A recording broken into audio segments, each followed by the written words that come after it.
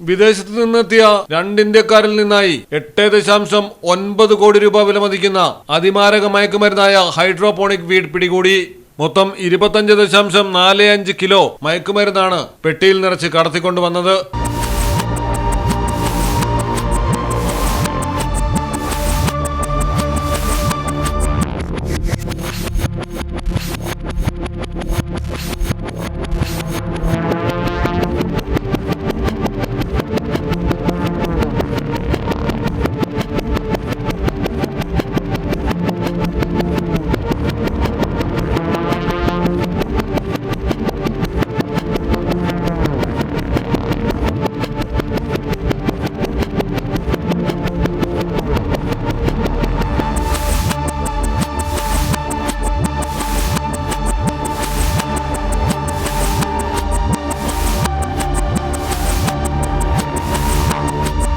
ഹൈദരാബാദിലെ രാജീവ് ഗാന്ധി അന്താരാഷ്ട്ര വിമാനത്താവളത്തിലാണ് വൻ ലഹരി മരുന്ന് വേട്ട നടന്നിരിക്കുന്നത്. ബാങ്കോക്കിൽ നിന്നെത്തിയ 2 ഇന്ത്യക്കാരെയും ഡയറക്ടറേറ്റ് ഓഫ് റവന്യൂ ഇന്റലിജൻസും ഹൈദരാബാദ് കസ്റ്റംസും സംയുക്തമായി ചേർന്ന് കസ്റ്റഡിയിലെടുത്ത് നടത്തിയ പരിശോധനയിലാണ് വീര്യം കൂടിയ കഞ്ചാവായ ഹൈഡ്രോപോണിക് വീഡ് കണ്ടെത്തിയത്.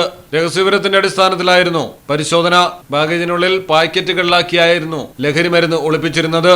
സംഭവത്തിന് പിന്നിൽ അന്താരാഷ്ട്ര ലഹരി മരുന്ന് മാഫിയയ്ക്ക് ബന്ധമുണ്ടോ എന്നതടക്കം പരിശോധിക്കുന്നു. പ്രതികളുടെ പേരുവിവരങ്ങൾ അധികൃതർ വെളിപ്പെടുത്തിയിട്ടില്ല. News desk Malayalam television.